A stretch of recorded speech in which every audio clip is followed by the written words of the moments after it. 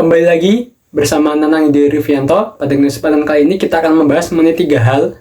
Yang pertama adalah peluang usaha, yang kedua adalah ide bisnis, dan yang ketiga adalah bisnis Canva. Untuk yang pertama, mengenai peluang usaha merupakan momen atau waktu yang dapat dimanfaatkan oleh seseorang guna meraup keuntungan. Nah, secara khusus, peluang usaha adalah ide, gagasan, atau prospek yang bisa dikembangkan oleh pengusaha untuk meraih pendapatan. Kemudian ada 4 kriteria dalam memilih peluang usaha. Yang pertama adalah dengan melakukan analisis bidang usaha, kita menentukan bagaimana sektor atau bidang apa yang akan kita geluti. Kemudian yang kedua, analisis prospek, melakukan pengamatan mengenai usaha yang dibutuhkan oleh konsumen dalam beberapa tahun ke depan. Analisis ini berguna agar bisnis yang kita geluti tidak terhenti di tengah jalan. Kemudian yang ketiga, analisis modal, melakukan penganggaran sejumlah modal untuk ditindaklanjuti dalam kegiatan bisnis. Kemudian yang terakhir atau yang keempat adalah melakukan analisis penghasilan, dengan melakukan perhitungan mengenai penghasilan yang bersifat kontinuitas sehingga usaha tidak gulung tikar dan bisa melakukan ekspansi. Selanjutnya ada 3 cara untuk melakukan identifikasi peluang usaha. Yang pertama adalah dengan melihat kompetitor. Kita bisa mengetahui bagaimana sebuah produk dapat bersaing dengan melihat pesaing atau pasar kompetitor. Nah, yang kedua yaitu dengan mencari informasi. Ini bisa dilakukan dengan cara melihat tren di internet, dalam hal ini adalah sosial media, atau dalam kehidupan masyarakat secara langsung. Kemudian yang ketiga dan yang terakhir adalah berlandaskan pengalaman sendiri. Biasanya seorang pengusaha akan menemukan sebuah peluang berangkat dari permasalahan pribadi yang belum ditemukan solusinya, sehingga akan tergerak untuk mencari pemecahan masalah tersebut. Kemudian, strategi dalam peluang usaha ada 4. Yang pertama yaitu mengetahui sumber peluang usaha, baik diri sendiri, teman maupun keluarga. Kemudian yang kedua, menentukan sektor usaha yang akan digeluti, dan yang ketiga, mengembangkan dan menyebarluaskan potensi produk. Yang keempat, evaluasi kinerja agar mendapatkan formula yang tepat tentang bagaimana menjalankan bisnis. Yang kedua adalah ide bisnis. Ide bisnis merupakan gambaran singkat dan tepat mengenai bisnis yang hendak didirikan atau dijalankan. Memiliki ide bisnis yang baik adalah langkah awal untuk mengubah keinginan dan kreativitas menjadi peluang bisnis. Ada beberapa tips untuk menemukan ide bisnis. Yang pertama adalah mengetahui hal yang kita sukai. Kemudian yang kedua, melakukan observasi. Yang ketiga adalah memperluas jejaring. Yang keempat, mengikuti perkembangan tren. Yang kelima, melakukan riset bisnis dan produk. Yang keenam, menduplikasi atau menggali ide bisnis. Yang ketiga adalah bisnis Canva.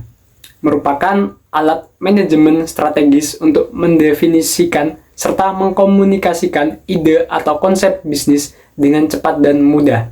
BMC atau bisnis model Canva, sisi kanan berfokus pada pelanggan, sedangkan kanvas kiri berfokus pada bisnis internal. Ada 9 pilar dalam bisnis Canva. Yang pertama adalah customer segment atau segmen pelanggan. Elemen pertama ini sangat penting, di mana kita harus menentukan target audience atau segmen pelanggan yang ingin dituju dengan cara membagi basis pelanggan menjadi kelompok individu yang serupa. Yang kedua adalah value proposition atau proposisi nilai konsumen, yaitu memikirkan keunggulan atau nilai tambah dari produk yang akan menjadi daya tarik konsumen dibanding produk pesaing. Yang ketiga adalah channel saluran, merupakan media atau sarana yang digunakan untuk mempromosikan suatu produk kepada konsumen. Yang keempat adalah revenue stream, sumber pendapatan yang menggambarkan dari mana saja sumber pendapatan yang dapat didapatkan dari bisnis tersebut dan bagaimana bisnis yang digeluti menjadi keuntungan finansial. Yang kelima adalah key research atau sumber daya, merupakan daftar sumber daya yang dibutuhkan secara praktis untuk melakukan tindakan atau aktivitas bisnis. Yang keenam adalah customer relationship atau hubungan konsumen, yaitu bagaimana cara menjalin komunikasi dan interaksi dengan konsumen. Yang ketujuh adalah key activity atau aktivitas yang dijalankan, yaitu segala aktivitas yang dapat dilakukan dalam mencapai value proposition. Yang kedelapan adalah key partnership atau kerjasama merupakan pihak eksternal yang nantinya akan diperlukan untuk mencapai key activities bisnis dan memberikan value kepada pelanggan. Bisa berupa mitra bisnis seperti supplier bahan baku.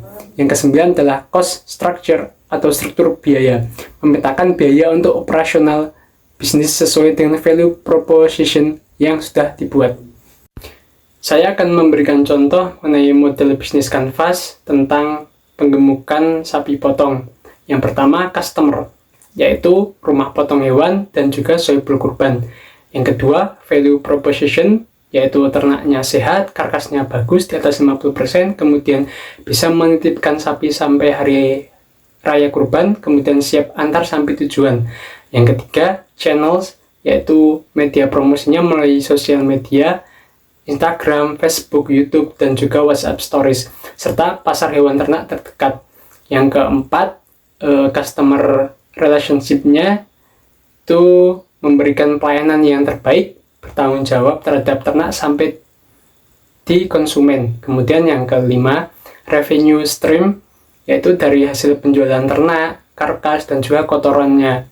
Yang keenam adalah reshoots, anak kandang, kandang ternak, dan juga kendaraan. Yang ketujuh, kayak activities-nya yaitu pemberian pakan dan minum, sanitasi, perawatan kuku dan tanduk, serta penimbangan ternak. Yang ke-8, kayak partnership-nya yaitu supplier pakan obat, vitamin, petugas kesehatan, rumah potong hewan. Yang ke-9 atau yang terakhir adalah cost structure, yaitu biaya listrik, transportasi, kemudian pemeliharaan ternak, gaji anak kandang, dan biaya tak terduga.